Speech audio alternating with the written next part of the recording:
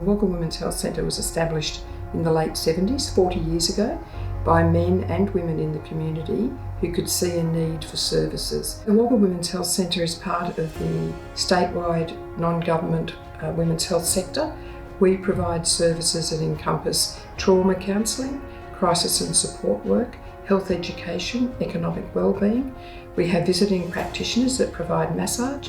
Other services in town provide sessions from our centre as well. We have a library and women can come and sit and be safe in our environment.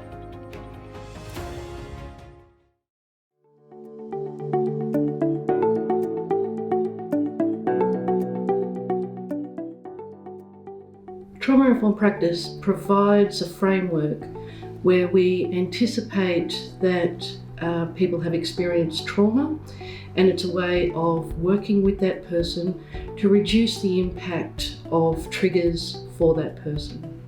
Trauma-informed practice is a framework that ensures consistency and safety for everyone who accesses a service. It's about ensuring that everything that they access, from when they walk through the front door to them accessing a variety of services, whatever is appropriate for them, to they leave, that they know that there'll be a consistent standard from all staff at the centre. It underpins everything that we do because ultimately the primary concern is the safety for everyone that comes into that building. Research shows that we can pretty much assume that anyone who walks into any service will have experienced trauma. So if we have that same framework for everyone, then we're being appropriate for whether somebody has experienced trauma or not.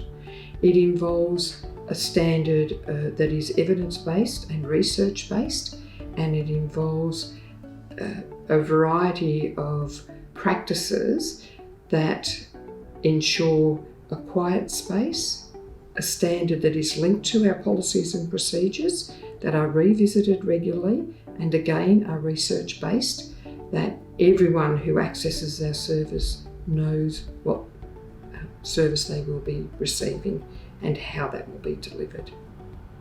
It's about ensuring their confidentiality.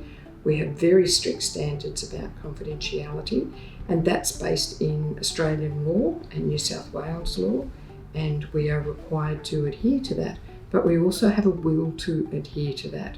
It is very important when people come and talk to you about very traumatic aspects of their lives, they want to feel safe and know that you're not going to be sharing any detail at all without their very specific permission about how that is shared or who that is shared with, or that it's not shared at all.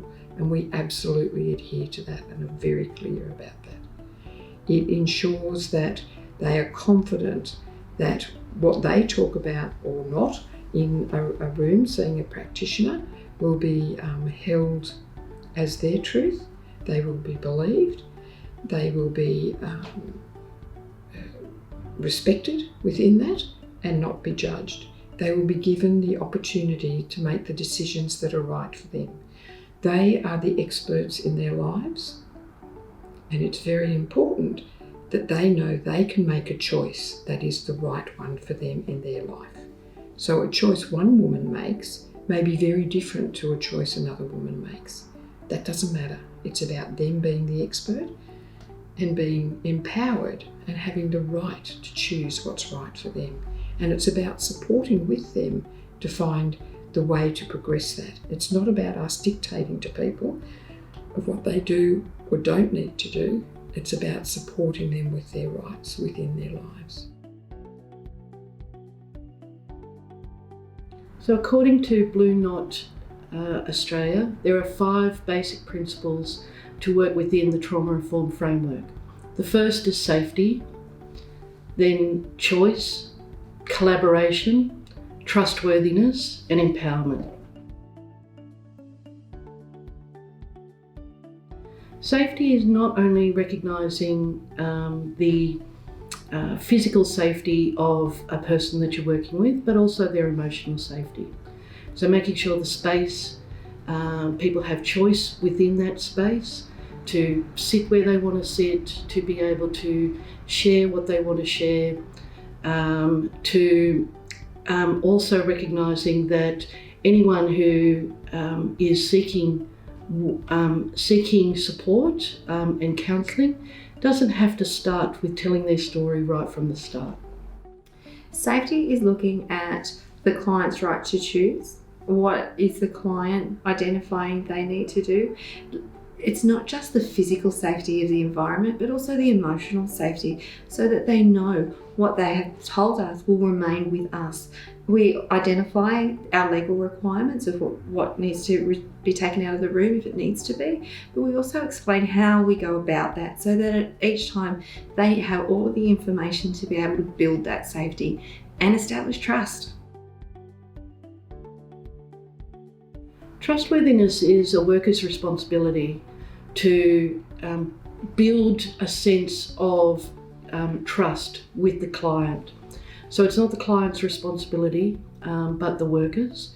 And that means things like being transparent in what you're communicating with that client, with the actions that you're undertaking, with maintaining privacy and confidentiality.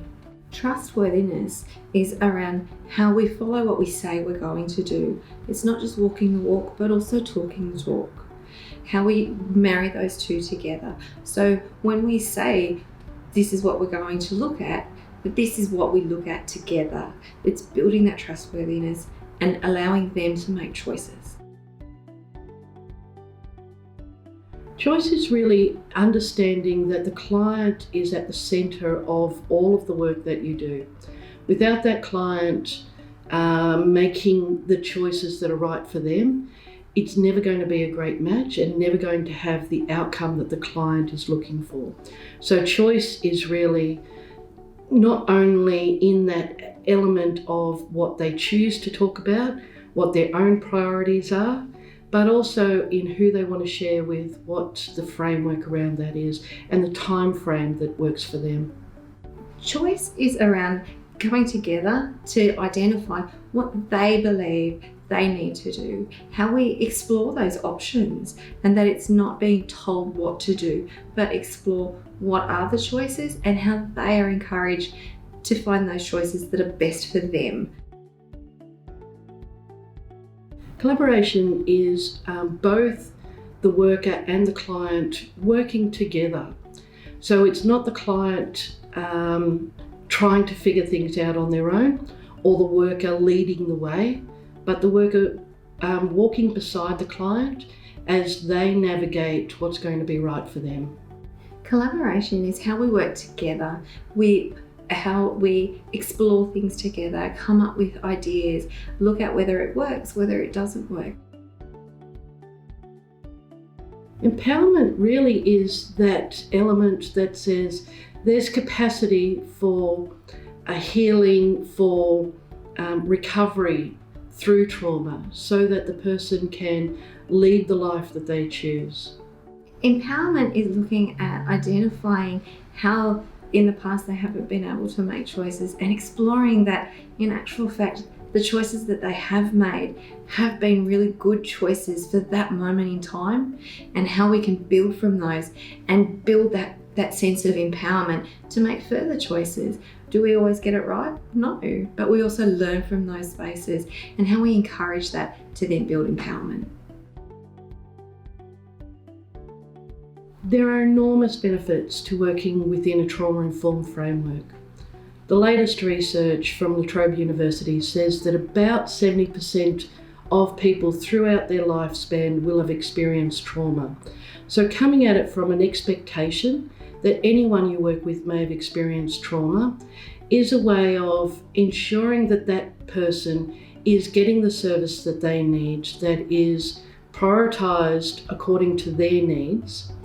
And the worker, the organisation then, is matching their service with what the client is after. I think for every organisation, if they are putting their clients at the centre of everything that they do, they've got no other choice really. It's not about what we want in our individual lives. We're there to provide a service, and it is absolutely about what that client needs. At some stage, obviously there's legal frameworks that need to be adhered to, absolutely, but it has to be about the client. They need to know that the service that they will receive will be consistent. If they know somebody else who's accessed the service, they know it will be a consistent approach no matter who comes in the door. It's not about, we can change our process for you, we'll do something different for another person. They need to know that is absolutely about them, that they are the experts in their own lives and they have a right to choose and progress towards the goals that are right for them.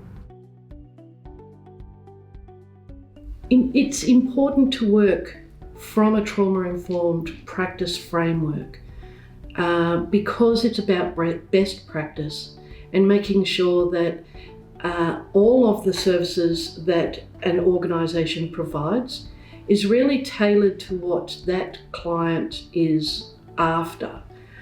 It's a way of making sure that a client feels safe within that environment, that there's capacity to reduce any triggers that may be present, and to how to get to safety. So it really is building those skills within the client to be able to work through the trauma that they've experienced. It's important to allow our clients to have a voice, for them to have their say, and for them to have the right to make the choices that are correct for them. Not what anyone else thinks or where anyone else thinks that they should be or be going, but for them to actually be able to voice and for the first time be heard on the direction that is right for them. It's about creating empowerment and allowing them to grow personally into what they feel that they should be. And it's their right to do so. The first and foremost one to remember working within this trauma-informed framework is that trauma is not who somebody is, but what happens to somebody. So we know that if that's the case, then the clients that we're working with are really three-dimensional. They're not just trauma clients, that they have a range of skills, capacities, life experiences, and the reason that they're coming to us is only one element of that. So remembering to identify how to support someone within that full range rather than just one element. Sitting alongside of that, I think works really well, is coming at it from a strength-based as well. And that recognises that the client has done some incredible work just to get to that point. So it's the strength and courage that it takes to seek out support, to advocate for themselves, to prioritise their own needs, and ultimately to be able to lead a fulfilling life that works for them. The key elements to remember within trauma-informed practice are safety. Safety is really important, emotional safety and also physical safety of the individual involved. It's also important that we walk beside the client, that we're not walking ahead of them, dragging them to a result that's not where they want to be, and we're not walking behind, we're walking next to them in this journey as they are the experts in their world. It's also important to remember that the client has the right to choose. They have the right to choice in regards to what they would like to do, where they'd like to go, and how they would like to see their lives. Trauma-informed practice looks at working with the client in a multidimensional way. So it's not just a therapeutic model, but an environmental model as well. So that's the environment that's created within an organisation. And we follow the 5 basic principles within that environment as well. So safety means providing a variety of options for client to sit in that space that feels safest to them. That may be facing the door, that may be behind the door, whatever's going to work for them. It also means that we ensure that the power differential between a worker and a client is as balanced as possible. So we certainly make sure that there isn't a worker chair and a client chair, that it's about choice right from that beginning of what works for the client. It means things like what the environment sounds like, what noises are around in that environment. It means the textures that are used, the colours that are used.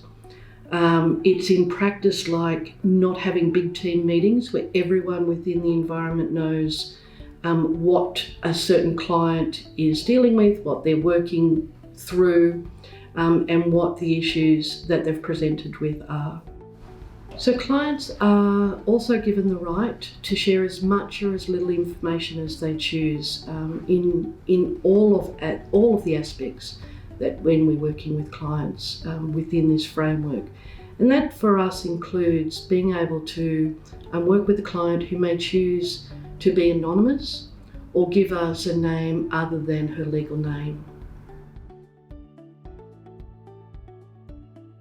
Boundaries are important within trauma-informed practice, as sometimes this is the first healthy relationship that a client has had with a professional or anyone in their world. Boundaries allow the client to be assured that there is consistency in the service that they're going to receive, that what is said will occur and what the practice has put in place will actually happen. Boundaries are very important in trauma-informed practice because it ensures that the woman will know exactly what to expect every time she comes. She knows she'll be greeted in the same way. She knows that frameworks around, for example, appointment times will be consistent, that the services that are available will be consistent, that opening hours are consistent, how to access the service is consistent, the appointment types available will be consistent. And that's really important if we're supporting them in their journey towards dealing and coping with and exploring the impacts of trauma for them in their lives, then we need to provide a consistent approach to that. I think it's a very important approach because research consistently shows the strength behind this approach in that each person is given the respect to be able to identify what their goals are. It's not about anybody else telling them what they should or shouldn't do. Those words don't exist because it's about each individual knowing what they want to achieve, raising what it is that's important to them, and then being able to work together to find out what options they've got around achieving that. Right from the top down, our governance policies, our policies and procedures, our standards, our practices, our training, our staff, the quality of the staff and their training, the commitment to sharing the frameworks, predominantly for the centre there, feminist frameworks, gender-based and trauma-informed frameworks. They have to absolutely be adhered to ensure that we can continue to practice in this way.